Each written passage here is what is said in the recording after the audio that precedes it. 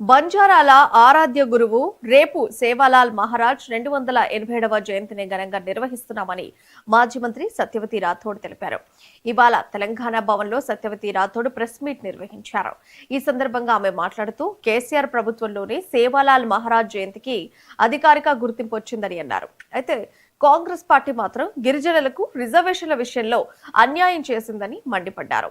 కాంగ్రెస్ హయాంలో 4% ఉన్న రిజర్వేషన్ను ఎన్టీఆర్ 6% పెంచితే కేసీఆర్ 10% పెంచారని గుర్తు చేశారు.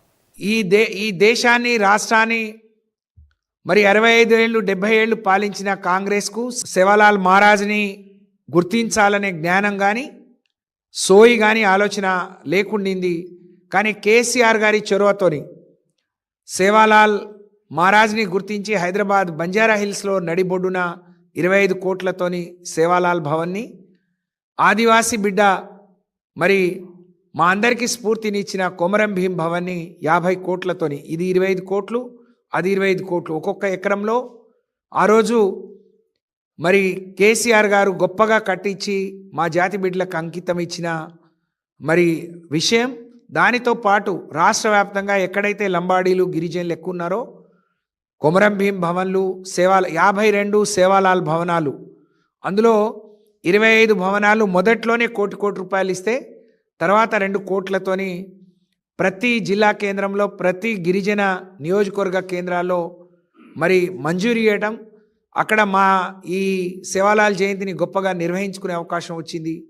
రిజర్వేషన్ పెంచిన ఘనత, తండాలు గ్రామ పంచాయతీలు చేసిన ఘనత, మా సేవాలాలకు మరి ఇంత కీర్తిని ఇవాళ మహారాష్ట్ర పోటీపడి అక్కడ కూడా అధికారికంగా నిర్వహిస్తున్నారు.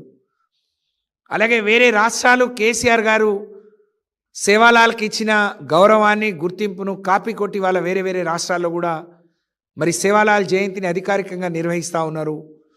ఇది మా జాతి బిడ్డలకు కేసీఆర్ గారు ఇచ్చిన ప్రేమ, వారు చూపించిన ఆదరణకు ఇదొక నిదర్శనం అని చెప్పి తెలియజేస్తూ మున్సిపల్ ఎన్నికల ఫలితాల్లో